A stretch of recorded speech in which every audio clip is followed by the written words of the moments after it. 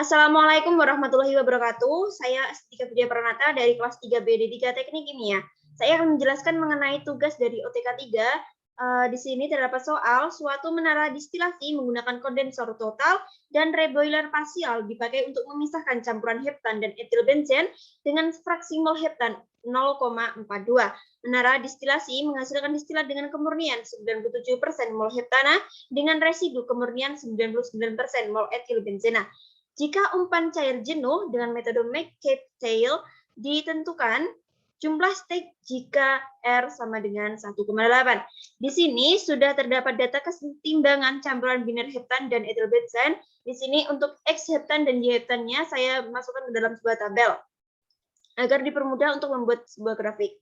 Nah, untuk langkahnya yaitu mengidentifikasi terlebih dahulu untuk apa saja yang diketahui pada soal. Di sini terdapat XF, di mana XF adalah fraksi dari feed yang masuk. Di sini terdapat etil benzen dengan fraksi mol heptannya itu 0,42, sehingga XF-nya adalah 0,42, sedangkan SD sendiri adalah fraksi distilat.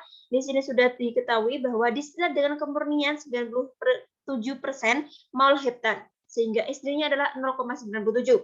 Sedangkan untuk SB-nya yaitu fraksi di bottom product.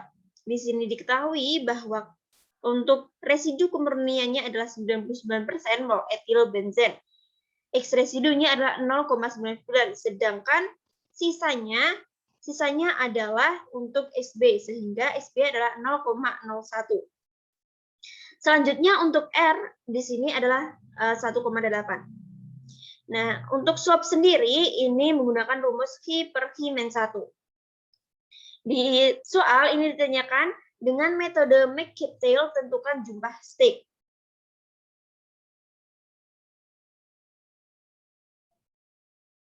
Nah, langkah-langkah yang dapat dilakukan adalah mengeplotkan terlebih dahulu untuk data kesetimbangan campuran biner heptan dan etil benzen dengan kurva yang dihasilkan adalah bergaris biru ini.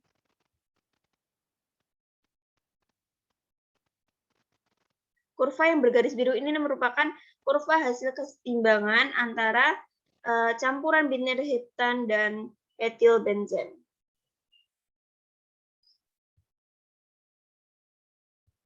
Garis biru ini merupakan kurva data kesetimbangan.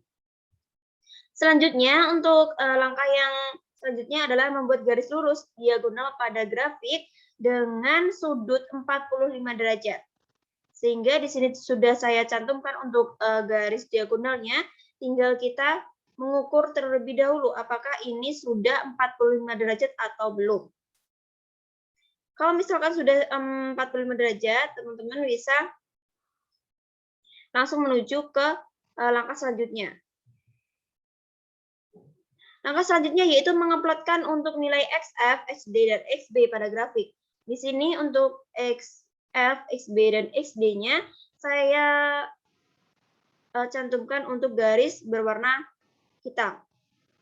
Diplotkannya di sini adalah dicapaikan pada garis diagonal. Ditabrakkan pada garis diagonal. Nah, setelah itu, setelah pengeplotan nilai XF, XD, dan XB, kita harus mencari nilai V dulu. Karena di sini kondisi umpannya adalah jenuh, uap cair jenuh, maka V-nya adalah sama dengan 1. Sehingga untuk slope yang dihasilkan adalah tak hingga. Karena slope di sini tadi rumusnya adalah V per Q min 1. Sehingga slope yang dihasilkan adalah tak hingga. Nah, setelah itu, setelah mencari V-nya sudah didapatkan, maka membuat V line dengan, di sini saya cantumkan dengan bergaris merah. Dikarenakan untuk V line-nya adalah 1, maka tegak lurus dengan VF, XF. Mohon maaf. Lurus dengan XF. Ditabrakan dari garis diagonal mencapai kurva. Mencapai kurva kesetimbangan. Nah, setelah membuat V line-nya Sudah. Maka selanjutnya adalah mencari intercept garis enriching. Nah, caranya gimana? Di sini sudah terdapat saya cantumkan untuk rumus dari intercept sendiri, yaitu XD per R plus 1. Di sini XD dan R-nya sudah diketahui, sehingga tinggal memasukkan untuk nilainya, yaitu 0,97 per 1,8 plus 1, sehingga dihasilkan intercept-nya adalah 0,3464 itu. Kemudian, setelah intercept-nya diketahui, maka intercept-nya diplotkan dulu, dititikkan dulu di bagian Y heptan. Nah, setelah itu adalah membuat garis enriching. Garis enriching ini ditarik dari perpotongan atau sudut antara pertemuan antara XD dan garis diagonal. Di sini garis berwarna hijau merupakan garis enriching, sehingga dari sudut ini ditarik garis menuju ke titik intercept tadi. Dari titik intercept tadi digabungkan dari titik di sini, ditarik garis menuju ke titik intercept, sehingga terbentuklah untuk garis enriching. Nah, setelah garis enriching-nya sudah selesai, maka membuat garis stripping. Garis stripping ini didapatkan dengan cara untuk sudut pada sudut yang terbentuk, ditarik garis dari sudut pertemuan antara garis hill line dan garis enriching. Di sini kan terdapat perpotongannya. Nah, dari perpotongan ini ditarik garis menuju ke titik XB. Nah, setelah itu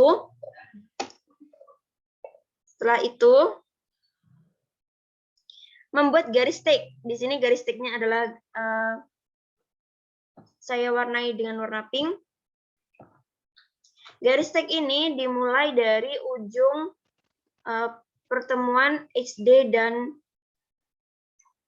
garis enriching.